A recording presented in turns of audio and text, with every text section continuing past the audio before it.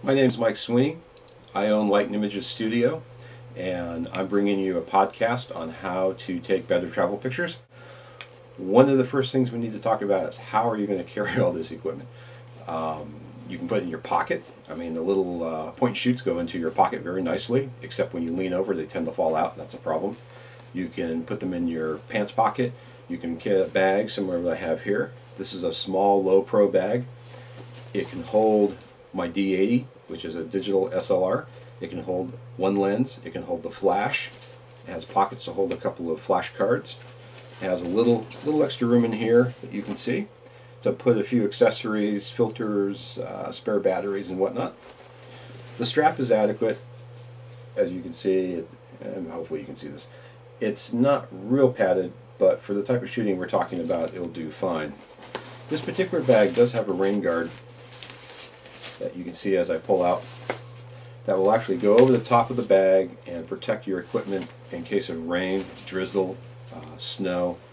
And here in Southern California we don't have a lot of that, but I have been in some places where I'm carrying my camera and I do get rained on, and the rain guard is actually pretty handy. Now, another piece of equipment that's almost a requirement is your basic belly pack. This is invaluable. It can hold snacks, power bars, spare batteries, flash cards, small tripods, money, change, ID, the list goes on and on and on. One of these small belly packs, not a big belly pack, but a small belly pack is invaluable. I highly recommend you get one of these. If you're using a point and shoot, you can actually use this as your camera bag also. Let's go over some of the basic equipment. Most of my pictures that you see on my site, I'm using my Nikon. It's a D80. It's a digital SLR, and what I mean by that is, in this case, the lens comes off the camera body. This is not true for a lot of consumer cameras, your point and shoots, but for the mid to high-end consumer cameras, or what you might call a prosumer camera, this is what it's all about. You can actually switch the lens. I have a zoom on this. This is the kit lens, and what I mean by that is this is the lens that actually comes with the camera if you buy it as a package. This is an 18 to 135 millimeter, 18 being a wide angle, 135 being a semi-zoom, but it works pretty well. I have a small point and shoot. This is just your typical little Canon. It's a very small, this is maybe $100 used now. It takes really great pictures. The most important thing, if you're interested in this kind of camera, is this camera can be hacked, and I use that in the good way. And what I mean by that is, on the SD card right here, this is your SD card, secure digital card. This is the film that we use nowadays instead of the old roll-up film. But on the SD card is a little bit of code that when the camera boots, it extends the capabilities of the camera. Some of the newest digital cameras like this, the new SD800s, take really fine pictures out of the box.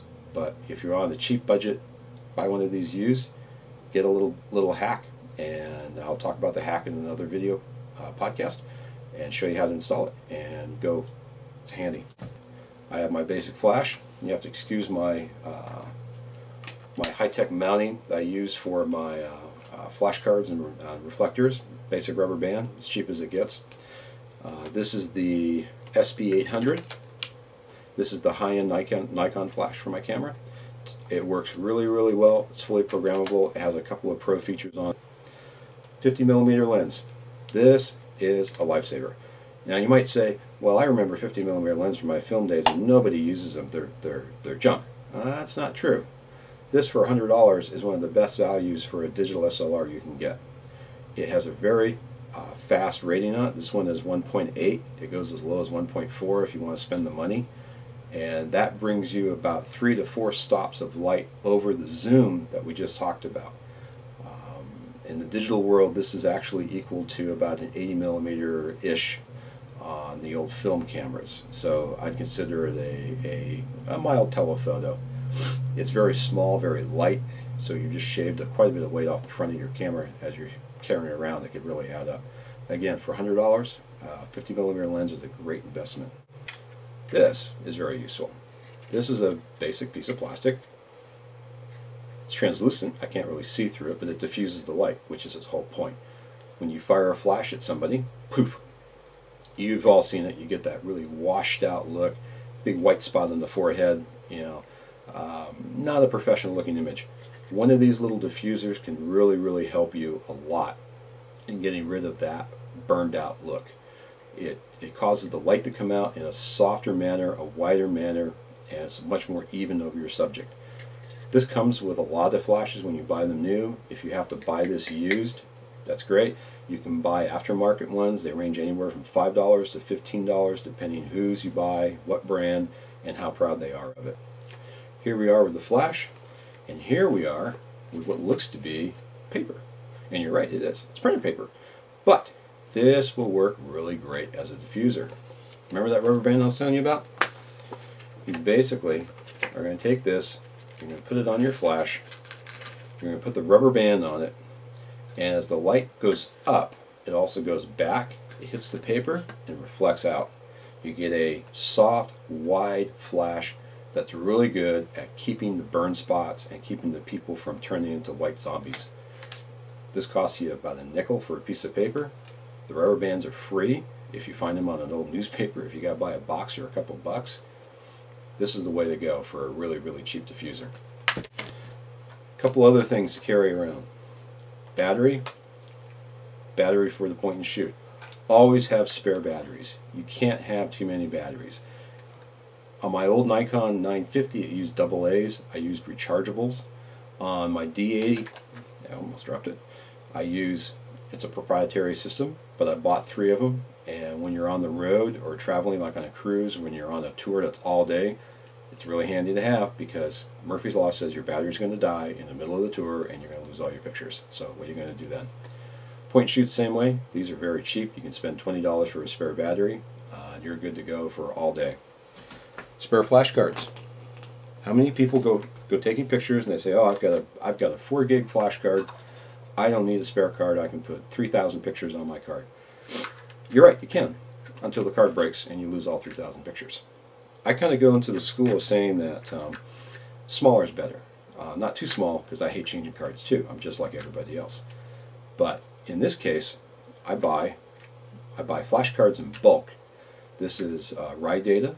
It's a brand name, but it's not necessarily a big brand name that you will find like in Best Buy or some of the other known stores, Ritz Camera, for example. You tend to find these online. Work great. I've never had one of these fail. I have had brand names fail, and it's unsettling. I buy 2 gig flash cards. I carry 5 or 6 of them around. I shoot RAW, and what that means is my camera basically puts the image on the flash card, puts it exactly as it sees it, and then I do all the post-processing myself. They tend to be larger, considerably larger than the JPEG that your typical camera will put on a flash card. Again, that's strictly to get control at the end of the process of shooting my pictures, where I can handle all the post-production myself. If you're shooting JPEG, a 2 gig card will last you a long time. We're talking 300, 400, 500 images, maybe more depending on the camera. I get 150 images on one of these using RAW. If you're shooting JPEG, I'd recommend a smaller card and just swap it a couple times during the day. If a card goes bad, you haven't lost all your pictures of the trip. You've only lost a small selection of pictures. And trust me, after you lose a card, you will really appreciate the fact that you didn't lose everything at once. Not to mention the smaller cards, since nobody wants them. Everybody wants the new, big, fancy, expensive cards. The new little cards, even 2 gig is little now, is pretty cheap. I paid $9 a piece for these. Now, we have some other trinkets. Something you never leave home without when you're traveling. Now, you might ask, what the heck is this? Let me show you what this is. It takes a little bit of time to undo it. This little tripod, woohoo! This little tripod will cost you about $15. As you can see, it folds up into something very small. It's plastic. It's very light. The strap, you might wonder what the heck this is for. You can go up to a round or a square railing, put the tripod on it, put your camera on top here, take the strap and wrap it around, and it's Velcro, so you hook it, and now your tripod is firmly affixed to the railing.